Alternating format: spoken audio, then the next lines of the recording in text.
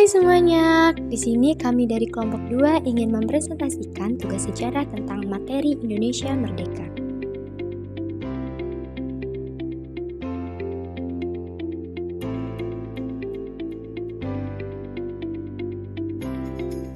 Kita mulai pembahasan kali ini dengan materi pertama, yaitu Rengas Dengklok hingga Pegangsaan Timur.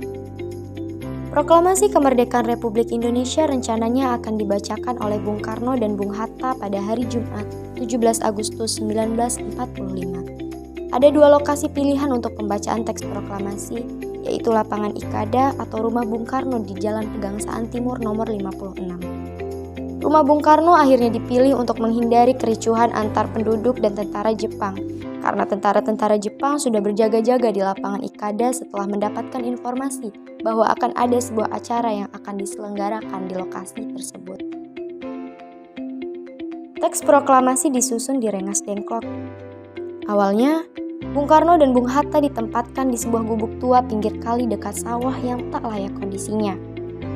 Atas usulan Kiai Haji Darip, pejuang dari Klender, kepada Sukarni dan kawan-kawan, agar Bung Karno dan Bung Hatta ditempatkan di tempat yang layak, maka dipilihlah rumah saudagar Tionghoa bernama Jiu Qiuxiang. Bendera merah putih sudah dikibarkan para pejuang di Rengas Dengklok pada Kamis tanggal 16 Agustus sebagai persiapan untuk proklamasi kemerdekaan Indonesia. Selanjutnya pada waktu itu Soekarno dan Muhammad Hatta dan tokoh-tokoh lainnya menginginkan agar proklamasi dilakukan melalui PPKI. Sementara golongan muda menginginkan agar proklamasi dilakukan secepatnya tanpa melalui PPKI yang dianggap sebagai badan buatan Jepang. Selain itu, hal tersebut dilakukan agar Soekarno dan Muhammad Hatta tidak terpengaruh oleh Jepang. Para golongan muda khawatir apabila kemerdekaan yang sebenarnya merupakan hasil dari perjuangan bangsa Indonesia menjadi seolah-olah merupakan pemberian dari Jepang. Sebelumnya, golongan pemuda telah mengadakan suatu perundingan di salah satu lembaga bakteriologi di Pegangsaan Timur, Jakarta, pada tanggal 15 Agustus. Dalam pertemuan ini diputuskan agar pelaksanaan kemerdekaan dilepaskan segala ikatan dan hubungan dengan janji kemerdekaan dari Jepang. Hasil keputusan disampaikan kepada Insinyur Soekarno pada malam harinya, tetapi ditolak oleh Soekarno karena merasa bertanggung jawab sebagai ketua PPKI. Dan ini beberapa foto dari tulisan tangan oleh Soekarno. Naskah proklamasi yang sudah diketik oleh Sayuti Malik. Di pembahasan pertama ini kita mendapatkan kesimpulan, yaitu yang pertama, proklamasi 17 Agustus 1945 merupakan perjuangan bersama rakyat Indonesia. Banyak tokoh berperan dalam proses perjuangan tersebut. Bahkan bukan hanya bangsa Indonesia saja, tetapi sebagian bangsa lain juga bersimpati untuk perjuangan bangsa Indonesia. 2. Peran para tokoh dalam proklamasi kemerdekaan berbeda-beda. Mereka berperan sesuai dengan kemampuan dan kesempatan yang harus dilakukan. Dan yang ketiga, rakyat Indonesia di berbagai daerah mendukung proklamasi kemerdekaan Indonesia yang dibuktikan dengan reaksi mereka yang sangat heroik.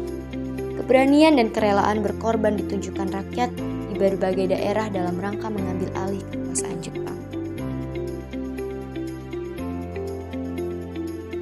Selanjutnya kita masuk di pembahasan kedua, yaitu tentang terbentuknya pemerintahan dan NKRI. Pada saat proklamasi dibacakan, negara Indonesia belum sepenuhnya terbentuk. Mengapa demikian? Karena syarat kelengkapan negara pada saat itu belum semua terpenuhi.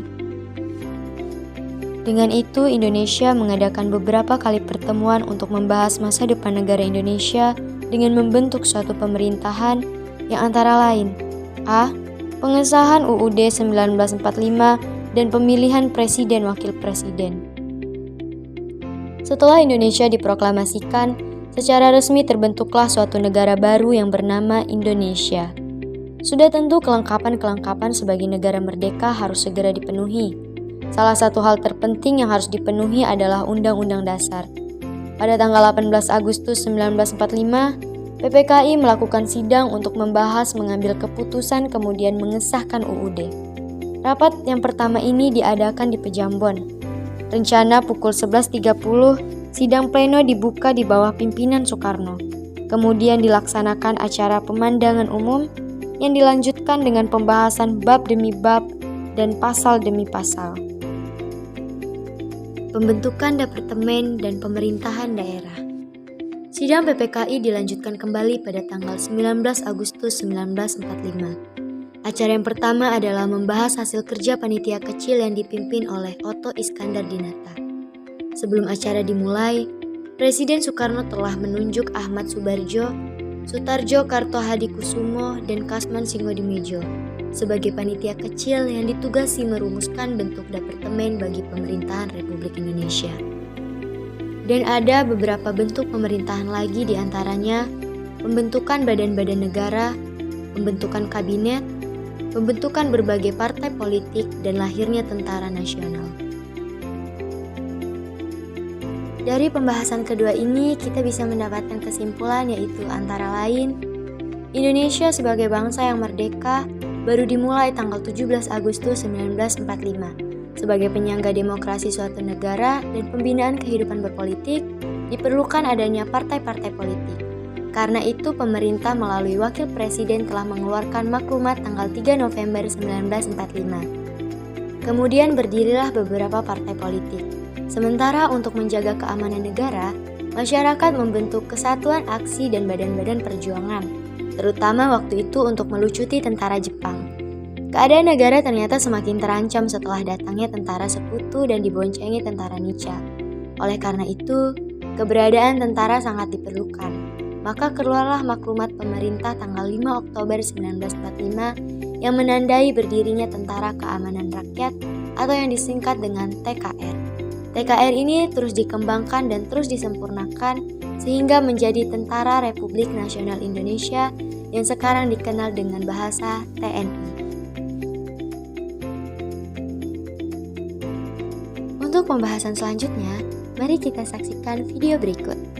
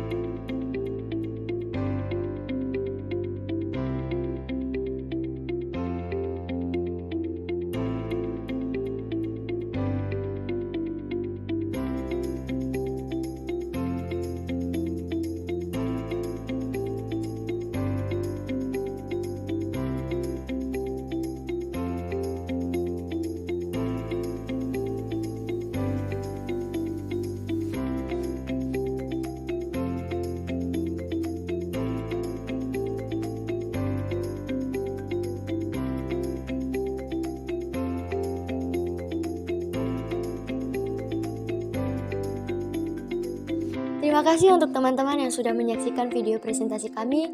Kami harap teman-teman bisa mengambil pelajaran dari video ini tentang bagaimana perjuangan Indonesia dalam memproklamasikan kemerdekaan negara Indonesia.